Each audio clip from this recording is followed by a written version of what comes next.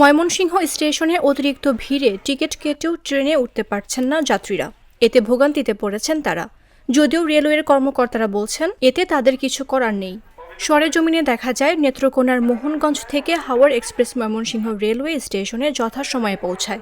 নিয়ম অনুযায়ী ঢাকার উদ্দেশ্যে 10টা 25 ছেড়ে যাওয়ার কথা থাকলেও সেটি 10টা 45 ছেড়ে যায়। এ সময় ট্রেনের ভেতর সহ ছাদে যাত্রীদের উপচে পড়া ভিড় ছিল। দাঁড়িয়ে যেতে ট্রেনের টিকিট কাটা যাত্রীরা দৌড়ে ট্রেনে উঠতে চেষ্টা করেও ব্যর্থ হয়েছেন, কারণ এর আগে মোহনগঞ্জ স্টেশনে ট্রেনের ভেতর সহ ছাদে কানায় কানায় পরিপূর্ণ হয়েছে সবগুলো বগি।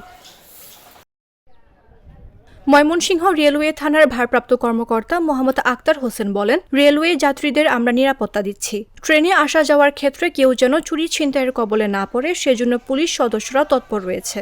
ট্রেনের টিকিট কেটেও উঠতে না পারা সহ টিকিট ফেরত নেওয়া হবে কিনা স্থানীয় রেলওয়ে কর্তৃপক্ষ বলতে পারবে।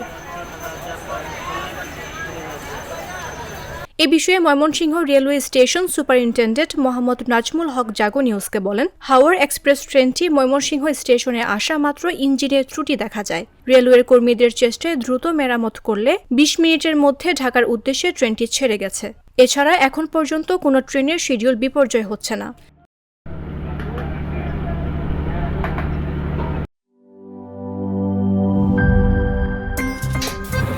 আমার একটা স্মার্ট সিদ্ধান্তে 25% গ্যাসের খরচ কমেছে। ভাবছেন কিভাবে?